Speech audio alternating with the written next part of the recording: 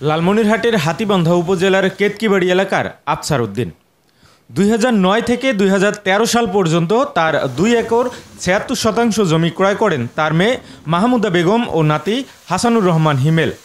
কিছুদিন পর বাবা আফসার উদ্দিনের সাথে মেয়ে মাহমুদা বেগম ও নাতি হাসানুর রহমান হিমেলের ওই জমি নিয়ে ভুল বোঝাবুঝির সৃষ্টি হয়, যা আদালত পর্যন্ত গড়ে। পরে আফসার উদ্দিন তার মেয়ে ও নাতির বিরুদ্ধে আদালতে দায়েরকৃত অভিযোগ প্রত্যাহার করেন। কিন্তু 2016 সালে আফসার উদ্দিনের মৃত্যুর পর তার ওয়ারিশ বর্গের সাথে ওই জমি নিয়ে নতুন করে বিরোধ সৃষ্টি হয়। এ ঘটনায় মামলা হলে 2024 সালে রায় পান মাহমুদা বেগম ও হাসানুর রহমান হিমেল, এমন দাবি তাদের। তখন থেকে ওই জমি নিয়মিত চাষাবাদ করে আসলেও গত 17 জুলাই আফসার উদ্দিনের পুত্র খোরশেদ আলম বাবুল ও তার লোকজন 1 একর 62 শতক জমির রোপা আমন ও বীজতলা নষ্ট করে, এমন দাবি হাসানুর রহমান হিমেলের।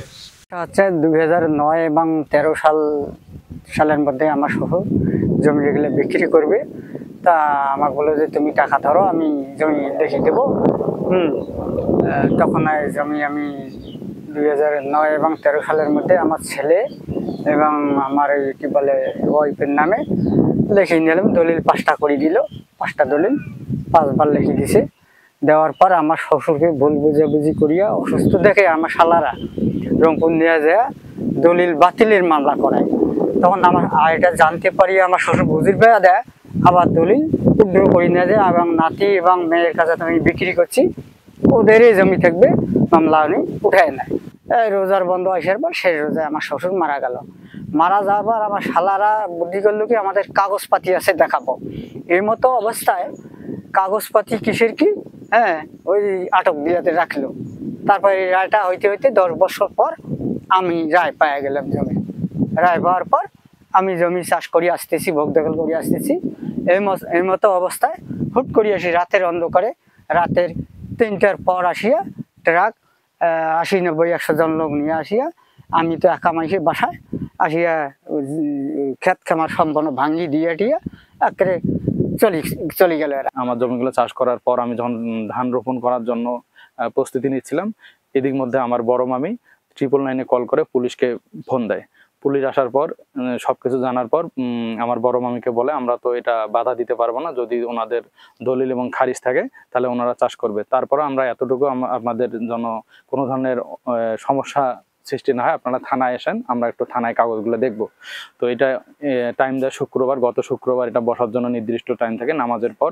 তো নামাজের পর আমি গেলে পরবর্তীতে দেখা যায় যে তারা থানায় বসতে আসে না, এবং পরবর্তীতে থানারা মৌখিকভাবে বলে যে আপনারা জমিটা চাষ করেন।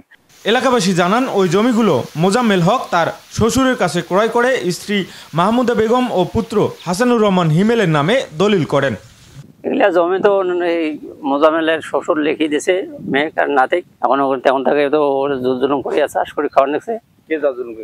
এই কি বাবুল মিয়া। তারপরে এটা থেকে আবার মনে করেন এমা রায় পাইছে, রায় পাইয়া ভুট্টার সেদিন আবাদ করে খেলো, এখন এই হতে সেদিন লাগাইছে, পরে মারি দিছে।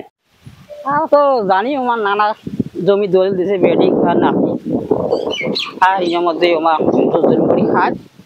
পরে হিমল ফির ভাই ভাইয়া আবাদ করলে চায় না, এটা আবাদ করলে করি শুনি যে একদিন ভোর 5টা 3টে দিয়ে আগুন বাজ লাগিয়েছে, যখন চাষ করছে একটা এই হয়।